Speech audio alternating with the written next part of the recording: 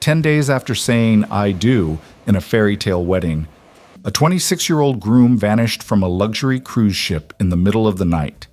His bride was found unconscious in a hallway. Blood covered a lifeboat canopy below their balcony. And hours later, the last men to see him alive filmed themselves laughing about his death, with one of them bragging on camera about it.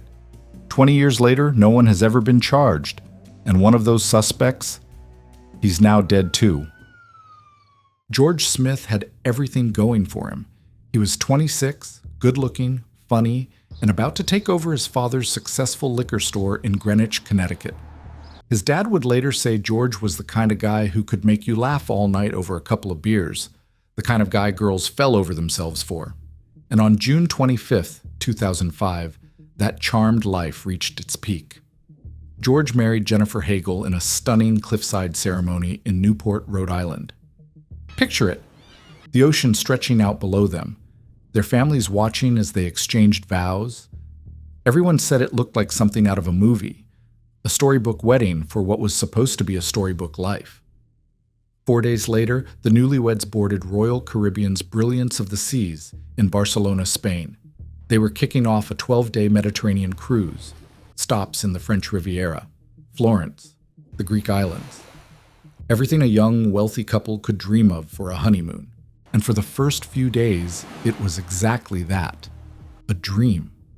George and Jennifer made friends with another honeymooning couple, Paul and Galina Kvitniski.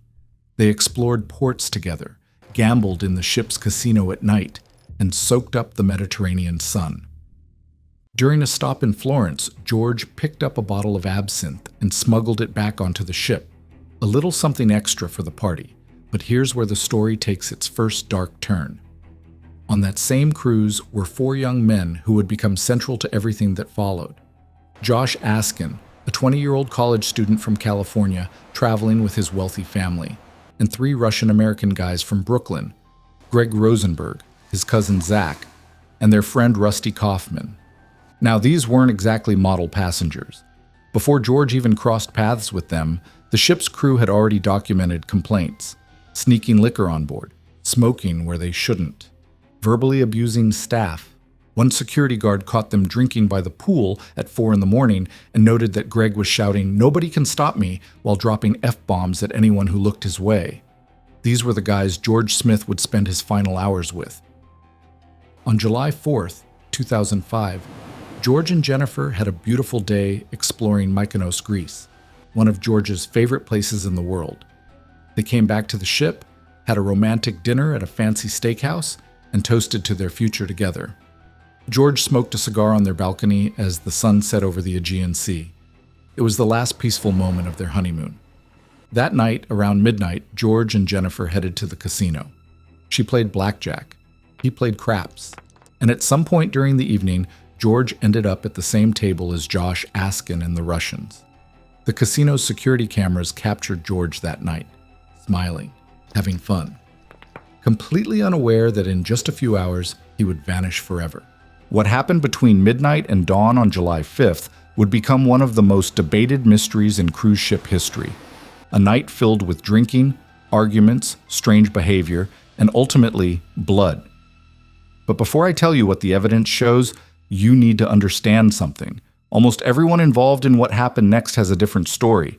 Some of them have lied, some of them failed polygraphs, and some of them made a video that will make your blood run cold. Let's go back to that casino. The casino closed at 2:30 in the morning. By that point, George and Jennifer had been drinking heavily for hours. Multiple witnesses would later describe them as extremely intoxicated. But the night wasn't over. Not even close. George, Jennifer, Josh Askin, and a casino supervisor named Lloyd Botha piled into a glass elevator heading up to the Star Quest Disco on Deck 13. And according to Josh, something awkward happened in that elevator. He claimed he saw Lloyd draping his arm around Jennifer, right in front of her husband.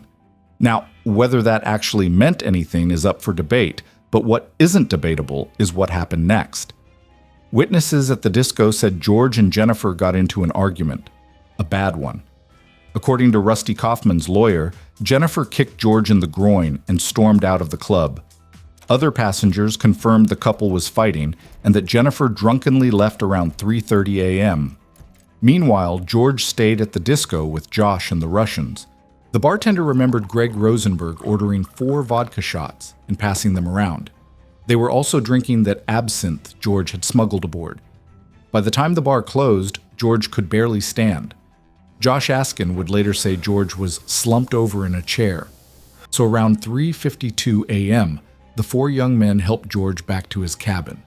The ship's key entry log recorded the exact time they entered room 9062, but Jennifer wasn't there. According to the men, George wanted to search for his wife. After a brief search of the ship's solarium, they returned him to his cabin at 4:01 a.m. The key log confirms this too. They claim they put him in bed, took off his shoes, and left. Simple as that. But the neighbors tell a very different story. Cleet Hyman in the cabin next door heard loud voices, men arguing. He called ship security just after 4 a.m. to complain about the noise. On the other side, passengers Greg and Pat Lawyer heard what sounded like furniture being thrown around, shuffling, banging against the walls. Then, around 4:20 to 4:25 a.m., came what Hyman described as a horrific thud. Investigators believe that was the sound of George Smith hitting the lifeboat canopy 2 decks below. At 4:30 a.m., 2 security officers finally arrived responding to Hyman's complaint. They knocked on the door, heard nothing, and left without entering. Around that same time, a plumber found Jennifer passed out against a door at the end of a hallway on deck 9. She was about 400 feet from their cabin. Ship staff arrived and brought her back to the room. Here's the chilling detail. When they opened the door to put Jennifer to bed, the cabin was empty. George was already gone. Whatever happened to George Smith occurred in that window between 4:01 a.m., when the men claimed they left him alive, and 4:30 a.m., when Jennifer was returned to an empty room. 29 minutes. That's all it took for a 26-year-old groom to vanish forever. The next morning, passengers woke to a gruesome sight. A 16-year-old girl stepped onto her balcony around 7:30 a.m. to take photos. That's when she spotted it, a massive bloodstain on the lifeboat canopy directly below the Smiths' balcony. The patterns in the blood looked like handprints, like footprints. George Smith was gone, and the nightmare was just beginning.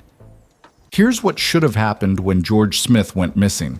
The cruise ship should have stopped.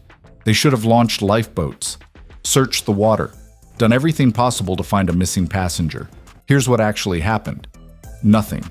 No lifeboats deployed, no rescue operation. The ship just kept sailing toward its next port. Their approach was containment, secure the cabin, wait for authorities, as if George was already a lost cause before anyone even looked for him. But the mishandling got worse. The Turkish police spent about 4 hours on the ship when it docked in Kusadasi.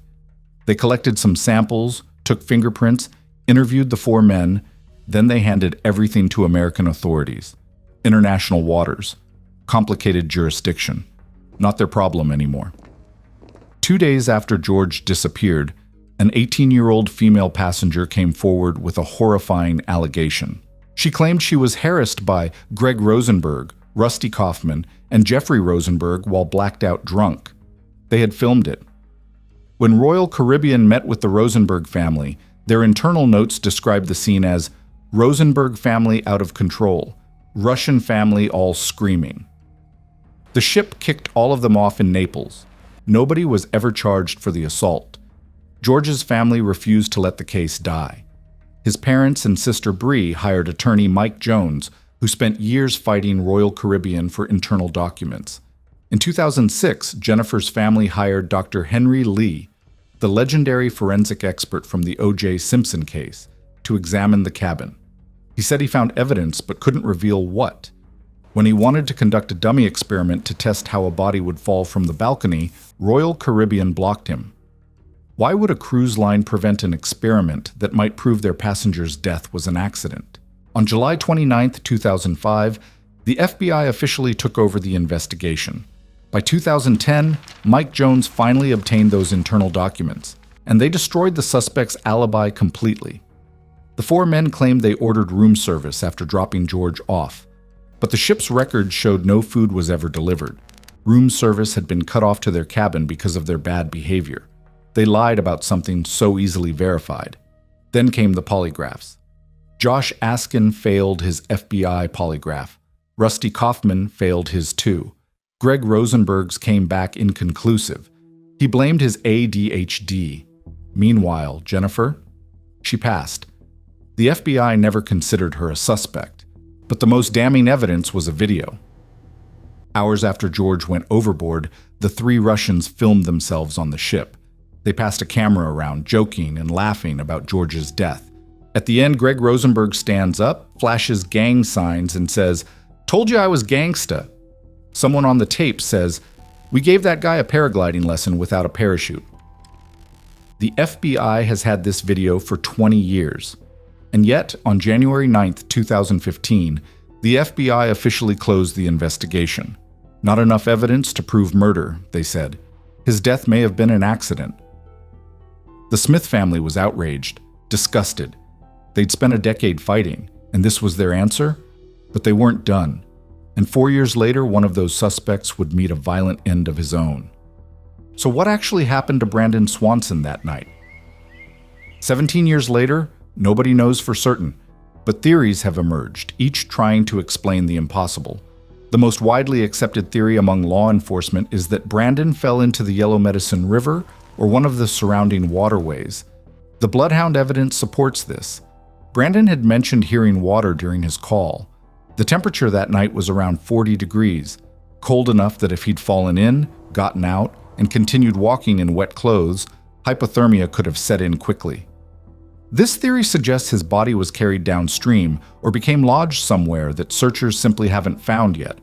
But after 17 years and extensive searches of the river system, many find this explanation unsatisfying. Another theory focuses on the landscape itself. Rural Minnesota is dotted with abandoned wells, cisterns, and underground drainage systems left over from old farms. Volunteer firefighter Darren Delzer studied the case extensively and noted something crucial. Right before Brandon yelled, "Oh shit," he'd said, "Not another fence," to his father. He was frustrated, climbing over fence after fence in the dark. Delzer suggests Brandon could have fallen into an unmarked well or cistern while trying to navigate the terrain. This would explain the complete lack of remains and why even cadaver dogs couldn't pinpoint a location. But it doesn't explain the scent trail leading to the river. Some online communities have proposed more exotic explanations. The fact that Brandon was walking toward lights that couldn't possibly have been Lind raises unsettling questions. What was he actually seeing? A few people have speculated about everything from alien abduction to supernatural intervention, pointing to the complete disappearance and the mysterious lights as evidence. While these theories lack any credible support, they demonstrate how deeply this case has captured public imagination. What came out of Brandon's tragedy was something concrete and important. His parents, Annette and Brian, refused to let their son's disappearance be in vain. They channeled their grief into action, lobbying the Minnesota State Legislature for change. In May 2009, Governor Tim Pawlenty signed Brandon's law with the Swanson family present at the ceremony.